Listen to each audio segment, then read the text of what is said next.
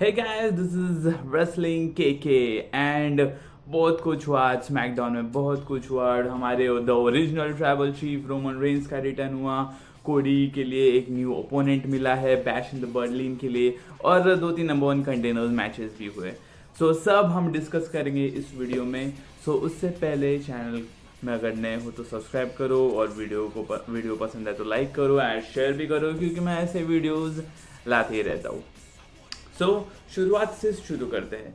सबसे पहले Cody Rhodes आता है स्मैकडाउन में। सबसे पहले उसका सेगमेंट रहता है और वो अपना नया अपोनेंट एड्रेस करने वाला रहता है कि कौन उसका अपोनेंट रहेगा बैश इन द बर्लिन में। लेकिन सोलो उसको इंटरप्ट करता है और वो एक काइंड ऑफ एक्सक्यूज देता है कि रोमन रेंस की वजह से उसने टाइटल रिटेन किया एंड ऑल दैट, और इसलिए उसको रीमैच चाहिए। बट कोडी रोड्स उसके चैलेंज को डिनाई कर देता है, तो इस वजह से सोलो चिढ़ जाता है और फिर अपने ब्लड लाइन उसकी जो एक्चुअल में फेक ब्लड लाइन है, टामाटोंगा और टांगालोए, उनको वो ऑर्डर देता है कोडी रोड्स को अटैक करने के लिए। अब यहाँ पे जेकब फाटू नहीं है, ठीक है, वो इंजर्ड हो गया था समर स्लैम में। ये तीनों भी अटैक करने वाले रहते हैं। तो केविन ओवेंस आता है कोडी को बचाने के लिए, वो भी दो स्टील चेयर्स के साथ, और वो एक कोडी को देता है, जिस वजह से जो हमारी फेक ब्लड लाइन है वो सब डर जाते हैं और वो रिंग के बाहर चले जाते हैं। तब सोलो बोलता है कि मैं पहले रोमन रेंस के साथ डील करूंगा, उसके बाद कोडी के साथ, और कोडी बोलता है कि ही विल बी वेटिंग। अब यहाँ पे वो तीनों चले जाते हैं ब्लड लाइन, और यहाँ पे केविन ओवेंस भी रिंग के बाहर जाते रहता है। तो फिर कोडी रोड्स केविन ओवेंस को रुकाता है, वो उसको रिंग में फिर से वापस बुलाता है। तो फिर वो बोलता है कि मैं अपने अपोनेंट के बारे में बताने वाला था बैश इन द बर्लिन के लिए, जो कि वेल डिजर्विंग है। तो वो केविन ओवेंस का नाम लेता है। शॉकिंगली यार, means I was not expecting कि केविन ओवेंस मीन्स रहेगा नेक्स्ट चैलेंजर।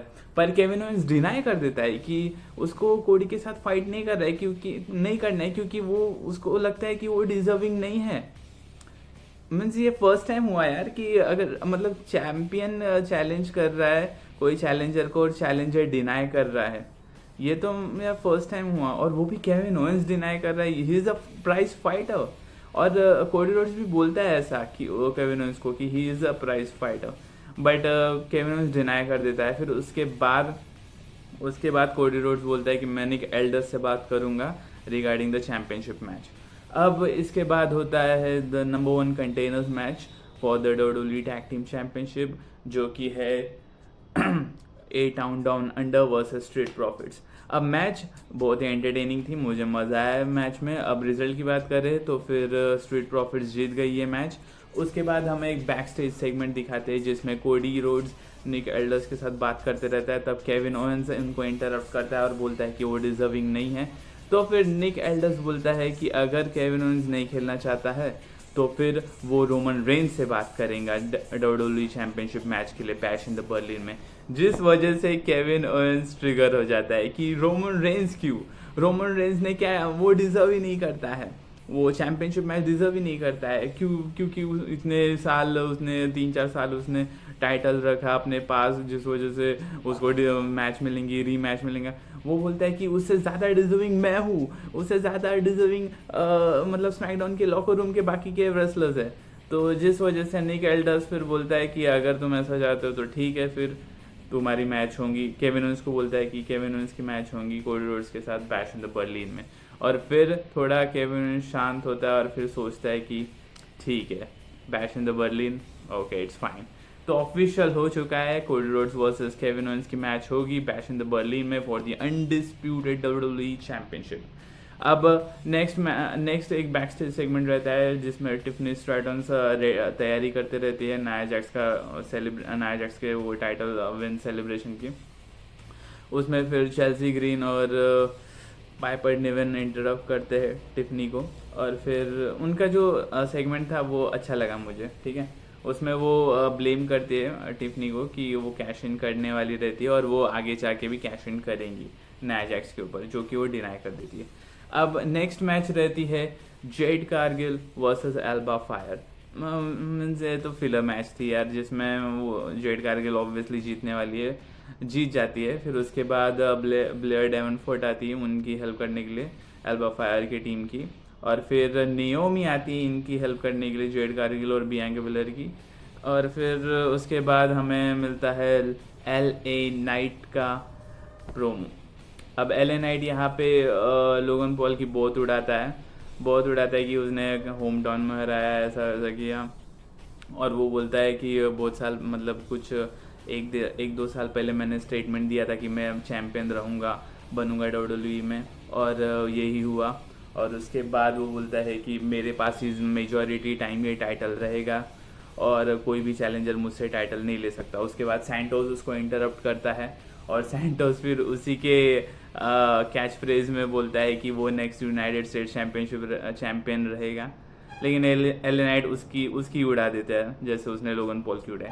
फिर नंबर 1 कंटेनर्स मैच होती है for the United States championship. It's Santos Escobar versus Andrade. यार मैच मुझे मतलब बहुत ही फन और एंटरटेनिंग था और बहुत ही बढ़िया मैच थी यार, मुझे बहुत अच्छी लगी आंद्राडे और सैंटोस की मैच।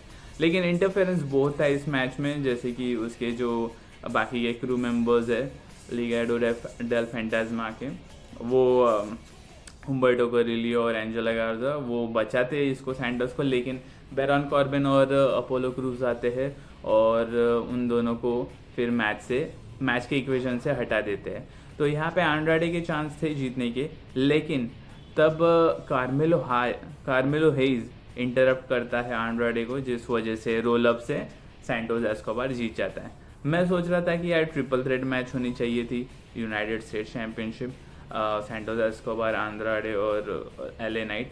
बट फिर मुझे क्लिक हुआ कि अरे इसकी आंद्राडे की तो राइवलरी चल रही है कार्मेलो हेइज के साथ, तो इसलिए वो तो पॉसिबल नहीं है।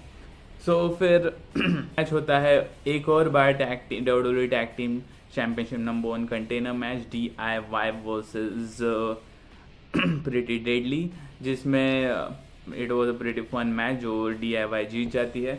और उसके बाद हमें एक छोटा सा ट्रिब्यूट वीडियो देखने को मिलता है केविन सुलेवन का, जो कि एक टाइम में बहुत बड़ा मतलब विलन हुआ करता था, हील हुआ करता था। जिसने WCW को फॉलो किया है उसे पता होगा, या फिर जो बहुत ही मतलब पुराना रेसलिंग फ़ैन है उसे भी पता होगा। मुझे तो उसकी जो स्टोरी लाइन थी डंजन ऑफ डून्स की, जिसमें उसने हल्क होगन को मतलब हल्क होगन के साथ जब उसकी राइवल चल रही थी, उसने उसके लिए वो एक फैक्शन बनाया था। वो बिग शो का डेब्यू हुआ था WCW में, वो मुझे अच्छा लगा था, तो उसको ट्रिब्यूट दिया है इस मैकडाउन के एपिसोड में, जो कि मुझे अच्छा लगा देखने में। अब हम मेन इवेंट पे आते हैं, जो कि था द ओरिजिनल ट्राइबल चीफ का रिटर्न, रोमन रेंस का रिटर्न होने वाला था।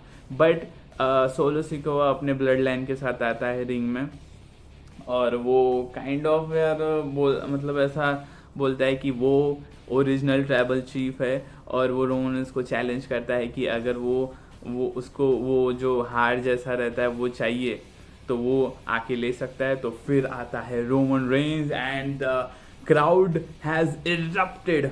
मतलब यार इतना बढ़िया पॉप मिला रोमन को यार, उसका ओरिजिन जो थीम सॉन्ग है, जो मतलब वो पुराने थीम सॉन्ग को ही मॉडिफाई करके और अच्छी तरह बनाया, वो अच्छा मतलब यार वो एडिक्टेड हो गया मैं उस थीम सॉन्ग से।